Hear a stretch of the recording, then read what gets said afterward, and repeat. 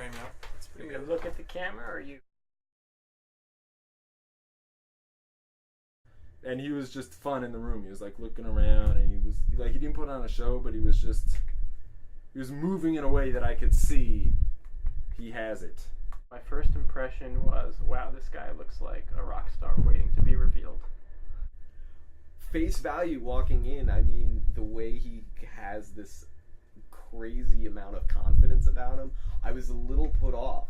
My first impression with those guys, with Marco and Ivan, I met Bill a little bit later, later in the second rehearsal, so I really didn't get a gauge on him for like the first year because he's so quiet. It's tough. Bill's tough. Now I It's love the man, but it took a while. When I first met Bill, he like knew things and could play things that I didn't really know, because that was before I really started taking lessons.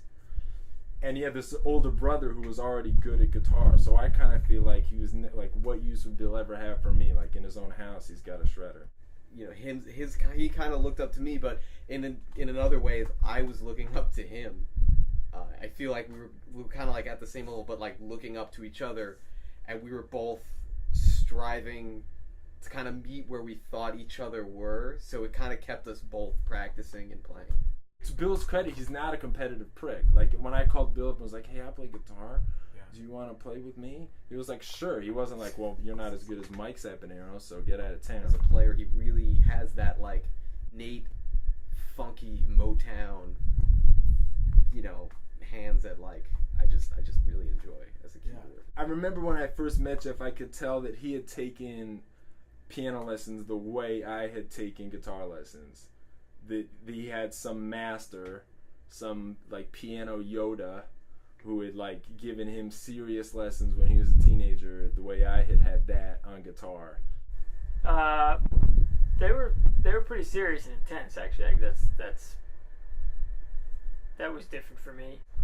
Bringing Jeff into this band has been incredibly helpful. He not only is a musical genius, but he also lightens the mood and makes it feel just more of like a family than a business, and I think that is crucial to the success of Sweet Fix. He really is just awesome. Cool. I'm going to tell you right off the bat that this question is from Marco.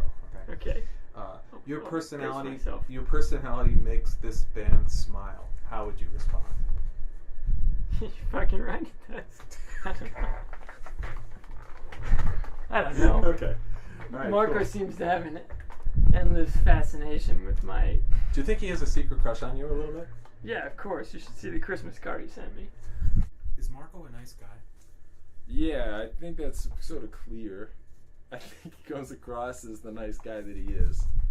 That was the biggest selling point, was that they were so nice. Ivan and I mostly hate each other. Not every little word that he writes from him that I sing, I always think about me and my personal experiences, how I related to me. In a lot of ways, yes, but there's other times where there's specific moments in songs that he wrote.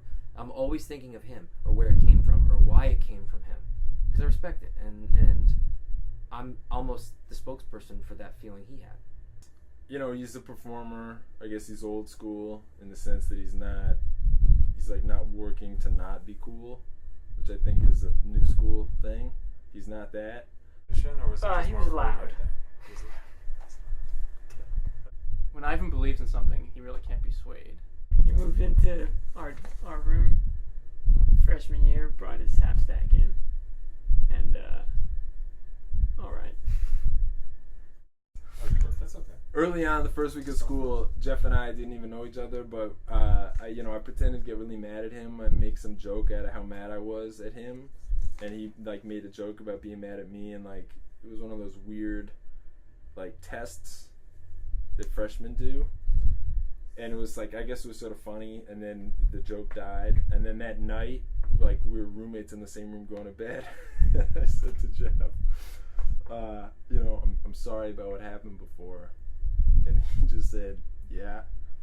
And I said, and I was still kind of joking. I was like, do you want to talk about it? And I couldn't even see him. The lights were off. And he was in his bed. And he said, I'd rather not. And it was just funny the way he said that, in a way that I'm sure it's not funny now, but it was funny, and I knew then like we would basically be pals.